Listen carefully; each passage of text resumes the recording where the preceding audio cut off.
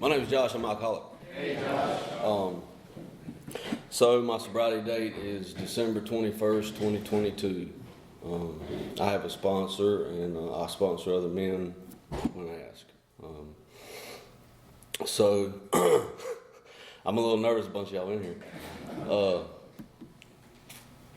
Growing up, I didn't really have any reasons to become an alcoholic other than I liked the way it made me feel. I had a good childhood. I got no complaints. I know my dad raised me and my sister by herself. So, and she was 4 years older than me, and so she was kind of like my mom. You know what I mean? Like she was the one who kept me from getting killed half the time. You know, getting hurt, getting in trouble, and so we used to roam the neighborhood. You know, that's kind of what we did as kids. We just stayed outside until they made us go back in. Come middle school, I was about 13 or so. So we got alcohol for the first time. We got Boone's Farm Strawberry Hill, and it was horrible. It was horrible, but we all drunk some of it, and then like I finished it. You know, I drank all of it. I got sick as crap. I got real sick, but I couldn't wait. Like I loved the way that made me feel. I don't know how to explain it. I've heard it explained. You know, I felt good and comfortable in my own skin. I ain't gonna put a name on it. I just loved it, right? Like I just liked it, and that kind of like kicked me into that I want to feel better thing. You know, I want to feel better. I need chemicals and substances to make me feel better. It didn't really start then. I was really young, but by the time I was 16, I was in 9th grade, and I broke my wrist. And I ended up breaking it 3 times. And the doctor gave me some other stuff that made me feel, some dry goods that made me feel good, and I really liked that. Like I really liked the way that made me feel. And by the time that was over, by the time they wouldn't give me no more, like I'm already in that I'm gonna manipulate the doctor mode. I'm drinking with it every time we get a chance. We camp out on the weekends and stuff like that, and that's just what we did. We camped out and got alcohol. And by the time that was over and I couldn't get no more, I was physically addicted, you know, to that. I was beyond human aid. And my daddy knew it. My daddy knew I had a problem at that early of an age, you know. And so, you know, he'd say stuff. I ended up getting kicked out of school. It didn't go well. And it just progressed into, that's the only thing I cared about. You know, it progressed into, that was like the love of my life. It truly was. Sorry. It was like I loved it. You know, I didn't want to do nothing without it. You know, I wanted to feel good. I wanted that feeling. You know, I definitely done it for the effect. You know, the effect it brought. And so that spiraled me into a horrible lifestyle. I was extremely irresponsible. I relied on basically my dad, you know, or anybody I could manipulate to get through life, you know. By the time I was 21, I had done been in, I don't remember to be honest, but I had done been in a few treatment centers. My dad trying to get me in there, you know, you need to do something. And of course, like it was always to get consequences off my back, you know what I mean? Like I just went, I knew I had a problem. It was obvious, like, you know, I didn't really have a problem admitting I was powerless over it. I had a big problem accepting it, you know, accepting the fact that I couldn't do it no more. That was a real problem for me for a long time. And I'll get into that. But so by the time I was 21, I had done, I'm gonna call it, well, I done made the sheriff mad, okay? And they were none too happy with me, and they put me in prison. So our gated community. And so in there, like, just I'm gonna talk about a lot of that because that's my story. You know, it really is. It is what it is.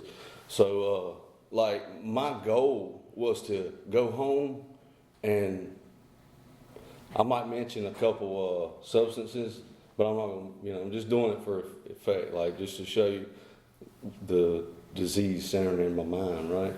Like my whole thought process was, I'm just gonna go home and smoke pot, and I'll be all right? Just gonna smoke some pot, everything will work out, right? And I literally like thought about that daily. Like I was just gonna smoke pot, everything will be good. I'm not gonna drink, I'm not gonna do anything else. And I went home, and that lasted for about a week. Like that was my big plan, right? That's all I had. I ended up plan B, right? And plan A didn't work. So not long, man, I was back. I was right. It's like I never left, man. I was right back. And that took me straight down there again. You know, it was like, it become most important fast, real fast. As soon as I put it in my body, it was most important, again, above everything else. You know, I was extremely powerless over it. Once I'd done it, game on, you know. So once again, I do what I do, I guess. And I went down through there, and I got in a little bit of trouble. And man, I'm getting real quick. I'm going fast here. All right. So I got in a lot of trouble again, and I got out of it this time. Like I had it's God doing for me what I couldn't do for myself, right? Like this guy named Jim Bender, I'll never forget him. Jim Bender got me out of jail and took me to a treatment center called Caring Services in High Point. And while I was there, you got to do AA, right? You got to do AA. You got to get a sponsor. I didn't know that.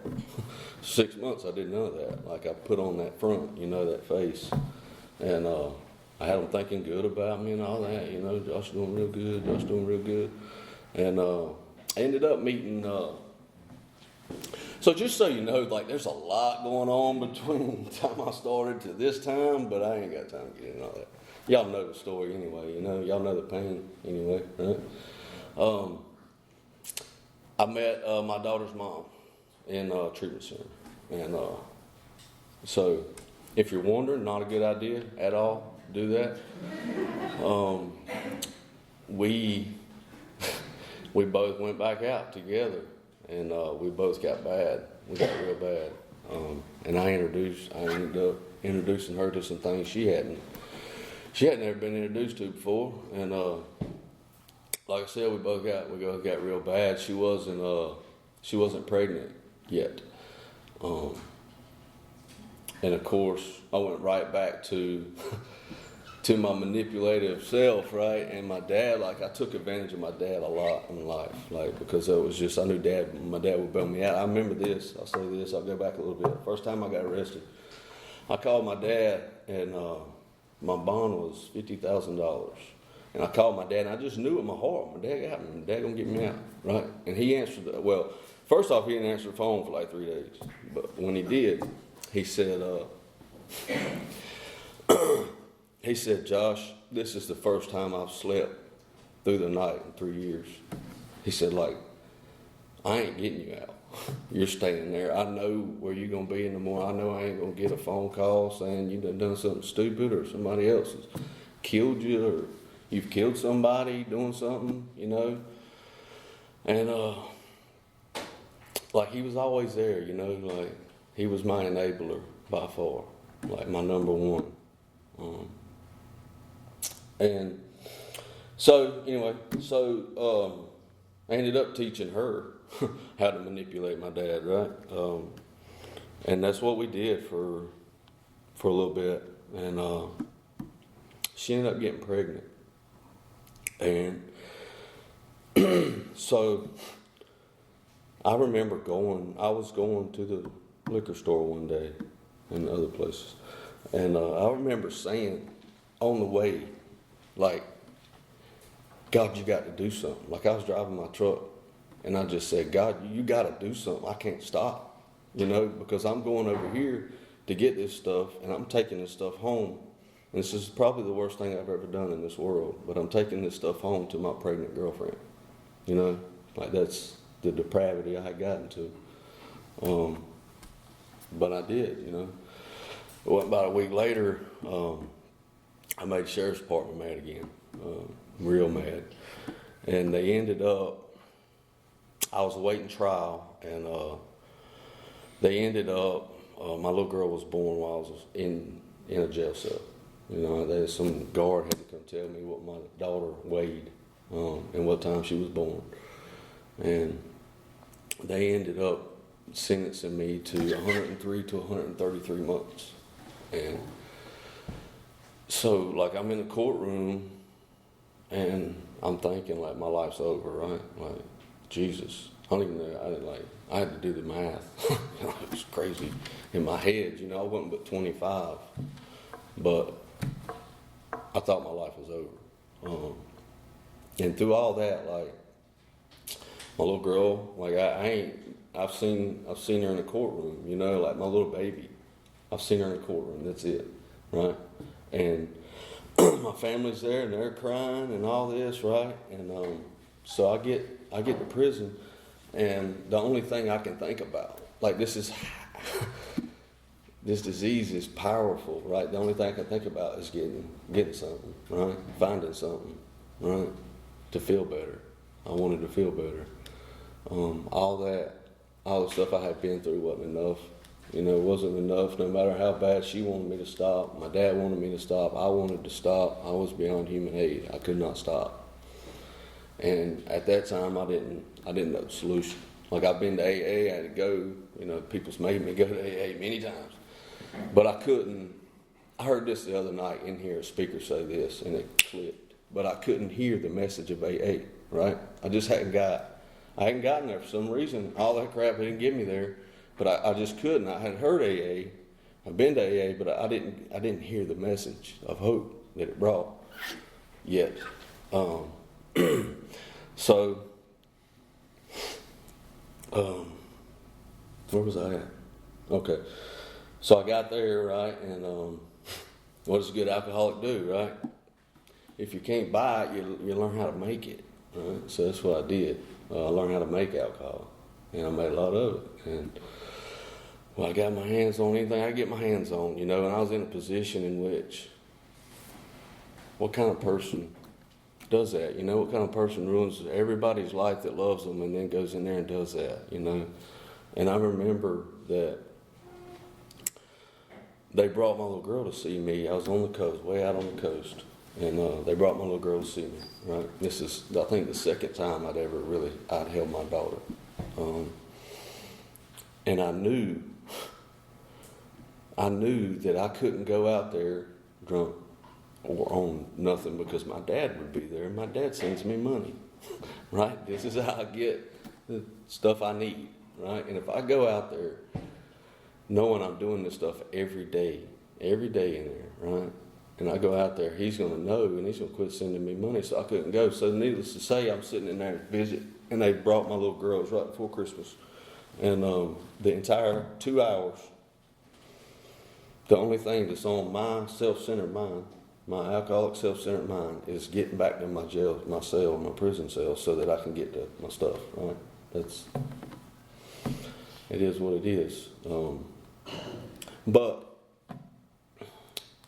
I couldn't forget that. Like, I don't know why, but I could not forget thinking that. You know what I mean? Like, that night, the next few months, like, I kept thinking, like, dang, you know, they come to see you, and that's all you can think about the whole time. Like, you're kind of rushing this thing. You know, this little visit, you get to hold your little girl, and you're rushing it so that you can get back to this poison. My sponsor calls it poison. So you can get back to this poison that's ruined your life and theirs, you know.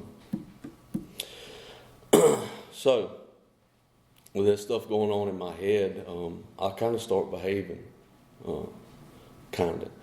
And I get off. I was doing it every day. I don't know how I got away with it, but I did. I was doing it every day.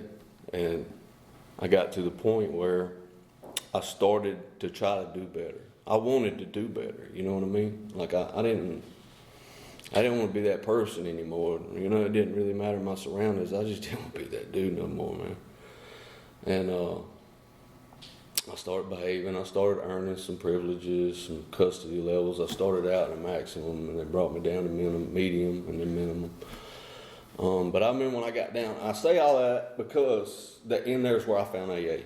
Okay, I ended up going to minimum custody, and in there, they told me I had a problem with drugs and alcohol. I said, "Do you think?" And they said, "You need to go to AA. If you want to be case plan compliant," is what they called it. If you want to be case plan compliant, you need to go to AA meetings. And they told me when they had them, so I started going, and me and my buddy started going, and so my buddy, he was hot-headed. He was hot-headed. It was just always something, and that's my buddy, right? So I'm in there with him. He started going. He got an outside sponsor. I don't know if y'all remember, those of you that were here, but Max that spoke here probably 2 months ago. Max come in there to Raleigh while we were there to the AA meetings. And a guy that come with Max was named Gil Pulley in Raleigh. And my buddy, he would not mind me telling you his name either. I didn't break nothing right there. My buddy got him to be his outside sponsor, right? He started going to meetings with him. He started working the steps, right? And I know this because he slept beside me, right? I'm on top bunk, he's on the bottom bunk. And I come in for about 2 weeks, and he's OCD. This guy's OCD, right? Like, there ain't nothing out of place, ever. And there's paper all over the floor. He's got paper balled up all over the floor. I'm like, something ain't right. Here we go, right? Something ain't right. So I finally asked him, I was like, dude, what are you doing, man? And he's like, man, I've been working, the meetings. He said, Gil's got me working the steps. I said, really? Like, I've heard these steps. I've been to AA, like, I know what he's talking about, right? I ain't never done them, but he said, working the steps. And then, like, it clicked like I wanted to too, right? Like, I want to know what he's doing. And I finally got the courage up. In there, it's a whole lot different, man. Sponsorship's hard, like, it's a different atmosphere, you know what I mean? A lot of egos going on. So it's kind of hard to get a sponsor that's working the steps, you know what I mean? It's kind of hard to get up the courage to ask somebody, if you will. Anyway, so I got him. I said, look, won't you show me every time he tells you to do something, you tell me to do it. You show me what to do, right? So I started. That's literally how I started doing AA right there. And he ended up going home. Me and his sponsor, me and Gil I talked to him all the time. He became my sponsor, and I started over. And I started doing the steps with him. And he started taking me to meetings in Raleigh. And we could, like, once you get levels, you can go outside the gate. Imagine that. And so he started taking me on passes outside the gate to meetings. So I started working the steps in there, and my life, it's weird, but my life got better. Like, I mean, things just got better. I earned all the privilege. I ended up with work release last 3 years. Last year I had home passes. I got to throw my little girl's 8th birthday party and pay for everything. Like, right? I don't do that. I don't pay for stuff. I don't pay for nothing. Somebody's always paying for me, right? But I got to do that solely because like AA taught me then how to, like, pause. You know, I got a little bit of a pause before I reacted to stuff. I stayed out of trouble, you know. I started building relationships back. One of the relationships I was able to really build back was with my sister. My sister, she, when I fell, she wouldn't talk to me for about 3 years. She would not answer the phone. She wouldn't nothing to do with me. She started coming to see me, you know. She started coming to see me. I guess she kind of seen, I don't know, maybe she wanted a relationship back with me too. I don't know, but she could tell I wanted one because I wrote her. You know, it's different, right? Like me doing stuff like that, writing. Wrote my daughter all the time. I wrote her all the time. Wrote my parents. things started changing in me. How about that? And so I went home. Gil said, you got to get a sponsor in High Point. I went back to High Point. I'm from High Point. He said, you got to get a sponsor in High Point. You got to get a home group in High Point. He said, I can't be sponsor no more. So I was like, you sure? You sure it's what I got to do? Like, we can't just talk on the phone. I said, we had to do that for a little bit, you know. I couldn't go.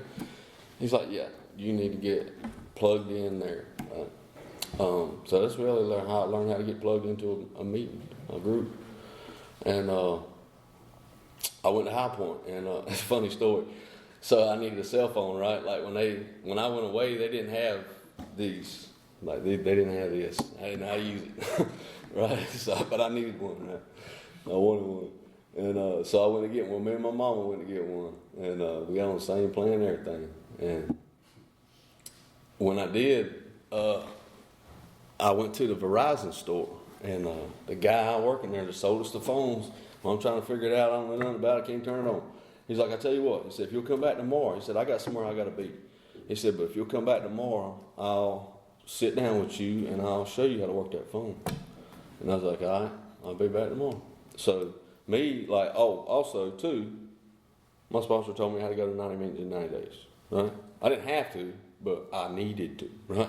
It's not like I was on probation telling me to do it. Like, it's just what my sponsor's telling me. And now I've learned to listen to some directions a little bit, right? A little bit. And so I got to go to a meeting that night. And me and my mama go get something to eat, and she takes me to the meeting. I walk in the meeting, and guess who's chairing the meeting? The dude that sold me the cell phone. I swear to God. His name is Mike Folk. He ended up being my sponsor. I was like, I don't know, man. I'm one of the people that, like, I believe God's got my back. Like, God will show me, you know, like the God winks thing, you know. Like, I really believe that. I really believe God's got my back, you know, and like He'll show me if I look, if I'm willing to look for it, He'll show me He's there. You know what I mean? He'll show me, and I believe that to be one of those instances in which He showed me. Look, dude, talk to him. So I talked to him, and he was my sponsor for almost 2.5 years, something like that. I can't remember exactly. And I got plugged into his home group, Emerywood and High Point, and ended up. I got out November 13th, 2017. On April 10th, my dad's birthday, the next year, my daughter's mother was not behaving. She still wasn't doing right. And so she had cussed my little girl. And we got a phone call, said, you need to come get Gabrielle, her mama. Her mom had her locked up. My daughter's mother's mother had her locked up. And so we did. And like that, like that, dude. My plan coming out of prison with my little girl was I was going to be a good dad once a week. Right? When I got her, I was going to get her one day a week. I was going to be a good dad, right? Because I got her one day a week. And like that, dude, he said, nah, you going to take care of her. So he did, and I got sole custody. I went through court. I got sole rights to my daughter, and I learned how to be a dad real quick. Like, well, I don't know if I learned, but I had a crash course, and it was just me and her for about a year. It was just me hanging on tooth and nail, really. But I learned who my little girl was, man. And my little girl learned who her daddy was, you know. She learned how to love her daddy. I know that. She loved me to death. And she still does. I had it in my head that I knew better than God, right? Like, I need to build her a family. Right? I need to build my little girl a mom. It ended up a little brother too, but anyway, they kept telling me he said, you need to get you a good church girl, Josh. You need to find you a good girl in church, right? And so I was like, all right, that's what I'll do. That's what I did. And I'm here to tell you, this girl she drank maybe 2 or 3 times in her life. She never done drugs, nothing like that, right? She's a good church girl. And the craziest woman I have ever met in my entire life. Crazy. And it didn't work out. But, I went down through there and tried, man. Like, I pushed for that thing, I pushed for it. And it just didn't, it wasn't there. Like, it just didn't. I don't know. It's like oil and vinegar. Oil and water, whatever that saying is. And I drove my little girl through that, and in doing so, there for about a year, it was just me and her. Like, she's seen how important she was to me. You know what I mean? Because I spent my time with her. All right? I built that relationship. And she built a relationship with me. Like, I learned what my little girl's favorite color was, all this stuff, like what she likes to do. And then my attention went from AA and being a good dad to building this family and trying to please this crazy ass woman. Excuse my language. But that's what it was. I mean, that's literally what happened. And before long, my meeting's just falling off, right? Like I'm busy, right? And then she's in this church, like, and church asked me. I tell you, this is absolutely, I can't believe it. But so we go to this church, right? Both our families go to this church. Anyway, they want me to. They're going to start a outreach program for addicts, alcoholics, and their families. Okay? And the pastor comes to me to help do that, right? I'm like, yeah, I guess I'll do it. And then he put me in the office. I had an office. Literally, I had an office in a church. Swear to God, with my name on the door. And I never went in it, not one time. Except for when he showed it to me. And I started to do that, right? And I got busy. Like, I was way too busy. And I got it in my head that I needed to focus on that instead of doing AA. Like, I needed to stop doing AA. And I remember I called Mike, and everything inside of me screamed like, you're messing up, dude. What you're about to do is not good. You are making a huge mistake. I called him and I said, Mike, I think I'm gonna leave AA, buddy. I ain't got time, man. I'm working all the time. I'm trying to do this. I'm trying to build this family and pay these bills and do this church thing. Just wanting to meet all the time now, right? And he said, man, listen to what you're saying. You're gonna stop doing everything that got you to where you are. You're gonna turn and walk away from God. I was like, no, I'm going to church. He's like, dude, you didn't find God in church. He's like, how long you been going to church? And I'm not saying nothing about church. I just ain't the guy that found God in church. I found him here. Like, I didn't know how to have a relationship with him, which was the steps. That right there taught me how to have a relationship with God. It taught me, because I'm just like, I'm hard learning. So I needed some direction. And I did. I left AA. About 3 months later, December 10th, 2019 is when my sister passed. But my sister, I didn't say this, but like when I got older, my sister was 4 years older than me, right? So that was when she started drinking, I started drinking. She started drinking before she was 21, but yeah, she never stopped drinking. She never put it down. And she drank vodka. And by the time she was 40, it ruined her liver, and her kidney failed too. Her liver failed and her kidney failed, and she went into a alcoholic coma or whatever they called it, I don't remember. And she couldn't wake up. They couldn't get her out of she just couldn't become aware enough to speak anymore during this little period. But I kind of knew she was sick, and when she got sick, had to go to the hospital sick, I relapsed. I didn't have what I needed, to get through that. I didn't have y'all. I didn't have God. Like, I ain't talked to God in months, really. But I relapsed. Alcohol looked good again. I was hurting inside, and alcohol looked like the answer to it. alcohol was always my solution, you know. It was always my solution when I was weak. Or it was my solution anytime, really. I loved it. But so I relapsed.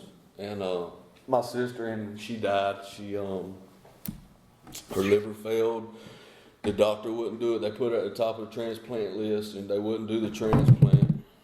They wouldn't do the transplant because she wouldn't wake up and consent that she'd stop drinking and ruin this liver. And they weren't going to put this fresh organ that would save somebody else's life into her body if she was going to ruin it too. That's what the doctor said. I disagreed, but so she passed, and I went bad. It got bad. It got real bad. It got as worse as it's ever gotten for me. Like up here. I blame myself a lot because, like, I know AA, right? Like, I should have been able to help my sister, but I couldn't. And I didn't. I didn't even try. I knew she had a drinking problem, but I didn't. I asked her to go to a couple meetings. That's about the extent of how much I tried to help my own sister. And I was in AA. Like, I don't know, man. I beat myself up a lot for it. And I used it as an excuse to drink, which is not right. I'm not saying what I did was right, but that's what I did. I used that time and time again for an excuse to drink. So over the next 3.5 years, I got real bad many times. I ended up, like I said, the whole family thing, that didn't work out. I knew that wasn't working out for any of that, but that didn't work out. Me and my little girl got a condo by ourselves. And I never stopped drinking. Like, I started drinking at least a fifth of liquor a day and doing other dry goods. And I exposed my daughter to that. Like, my daughter got to see me as an alcoholic for the first time. Like, she got to see why she had to come visit me in gate and fences with razor wire and stuff. She got to see that side of me, and it was bad. And I remember she used to ask me for about 2 months. This is going to make me cry, it does it every time. But for about 2 months, she asked me to make bracelets with her. Every day, like on the way to school or wherever we would, and sometime during the day, she'd ask me to make bracelets. She said, "Daddy, will you make bracelets with me?" And of course, I say, "Yeah, I'll make bracelets with you." And not one time was I able to make bracelets at night. She'd ask me if I'd make bracelets that night with her, and I couldn't do it. I couldn't do it. I couldn't get to that night to be able to be functional enough to make bracelets with my little girl. And then she stopped asking. She kept making bracelets, but she didn't ask me to do it no more, because she knew I'd say yeah, and then I wouldn't do it. And like I crushed in her everything she'd learned to love about her dad. I crushed it. I crushed everything, and her mom was no good. And so I ended up losing custody of her. My mama took custody of her with the help of DSS. But and it 100% needed to happen. I was not capable of being a father. I was not capable of being a human, much less a father. And I just kept using stuff like they told me I had to go to treatment. And they gave my mom custody for 45 days. All I had to do was go to a treatment center, stop drinking for 45 days, and I couldn't do it. I could not do it. I went to treatment, but I couldn't stop drinking when I got out. As soon as I got home, I started back.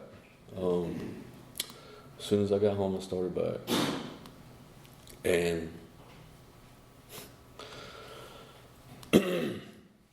I went to, over the next period, I don't know how many years, 2 years, something like that. I went to detox and treatment centers so many times I cannot tell you how many times. They had this is not funny, but they had a limit. You could only go 30 days a year, and I broke the limit 2 years in a row. They wouldn't let me back in.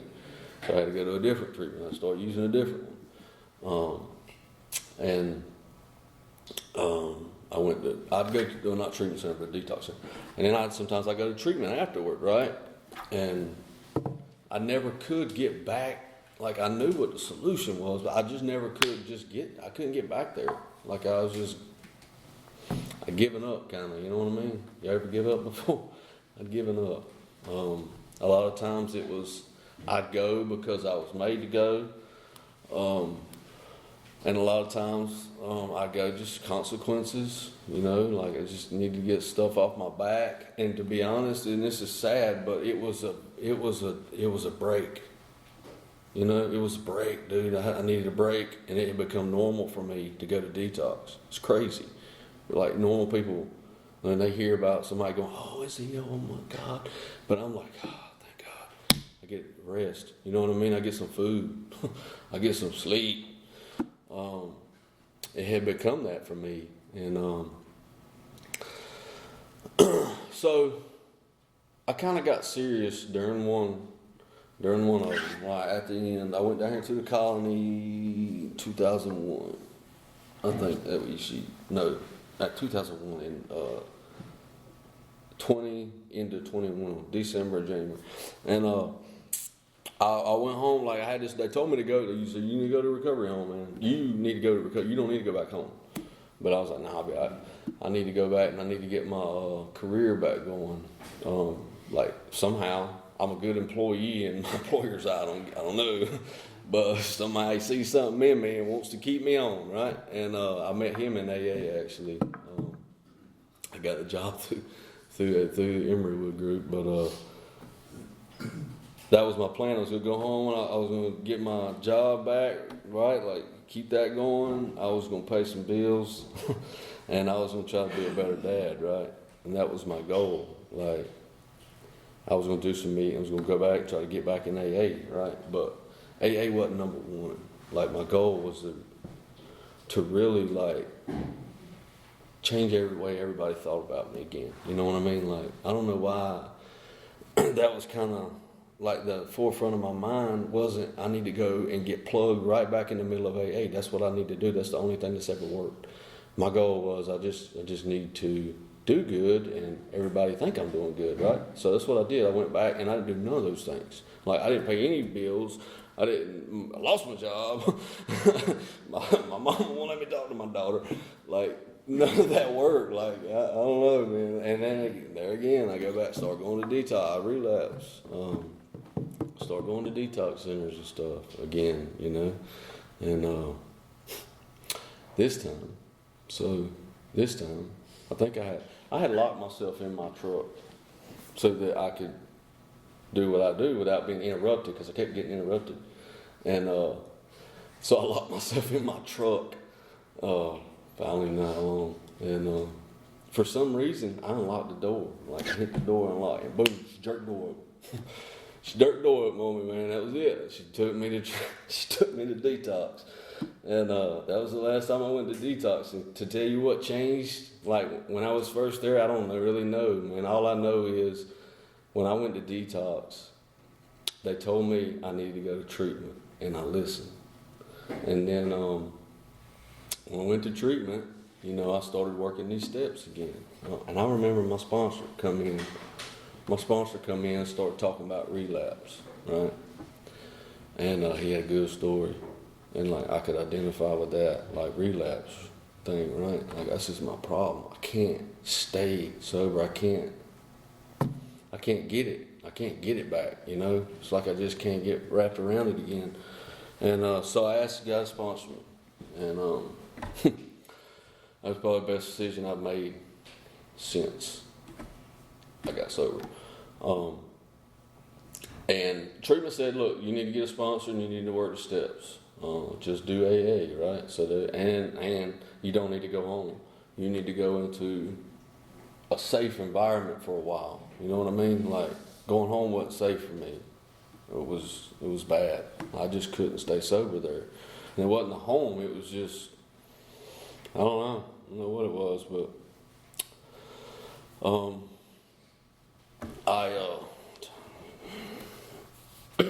I got sober and I did what they told me to do, and I think that's kind of been my main problem is I'm not willing to do what people tell me, suggest I should do. I got a plan every time, right? I'm gonna I'm a smart man. I think I can figure this thing out, right? Just look at all I've accomplished. And so I started listening. Like they kept telling me to do this, and I'd do it. And finally, I got plugged in with a sponsor, a good sponsor that knew the book, knew what to do, knew the solution.